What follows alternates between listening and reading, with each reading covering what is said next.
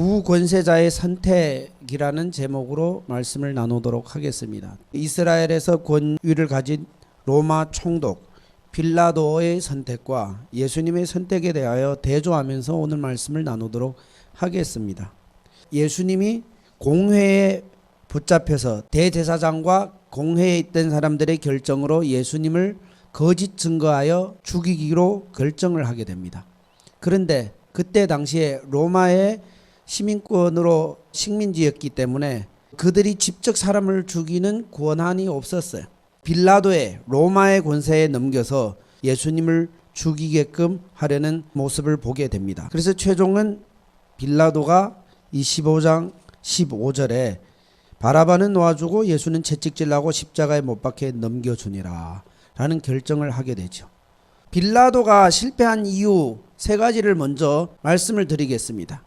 첫째는 빌라도가 권세를 남용했다라는 것이죠. 예수님이 죄가 없다라는 것도 알고 그들이 시기로 넘겨주었다라는 것도 다 알았어요. 이것을 뻔히 알면서도 최종 결정은 빌라도가 죽이라는 결정을 내리게 된다란 말이죠. 두 번째, 빌라도는 무리를 만족했다. 선택한 것은 무리예요.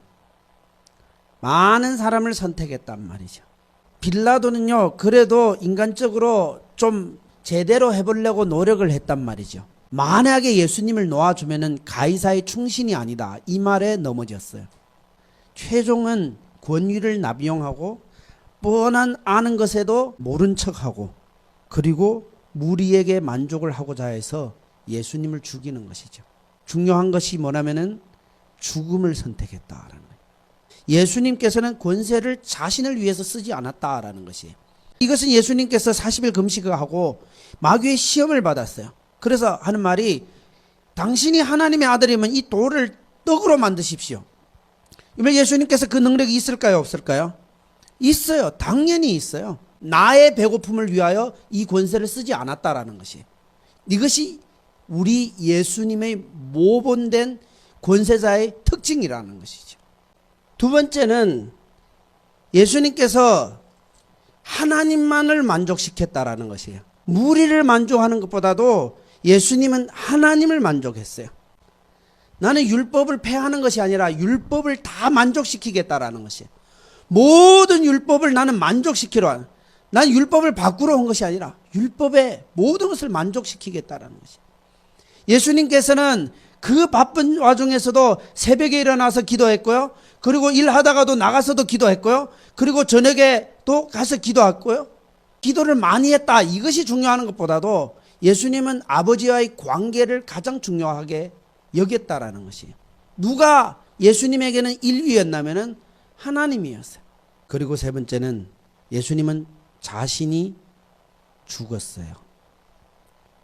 그런데 타인을 살렸어요. 예수님은 생명을 선택했다라는 거예요. 여러분, 이 와중에도 바라바라는 사람을 하나를 또 살려냅니다. 내가 그리스도와 함께 십자가에 못 박혔나니 이제 내가 사는 것이 아니고 그리스도가 내 안에서 사는 것이라. 그리스도가 내 안에 살면요, 어떤 역사가 일어나면요, 나는 죽을지라도 다른 사람을 살리는 이 선택을 하는 것이 사실 이것이 복음이에요. 예수님의 복음이 뭐예요? 내가 죽고 너가 살아라는 것이 복음이에요. 그럼 복음을 믿은 우리가 어떻게 복음을 사는가 말이에요. 내가 죽어도 너는 살아라는 말이죠. 내가 희생해서 너를 살리는 것이 복음이에요.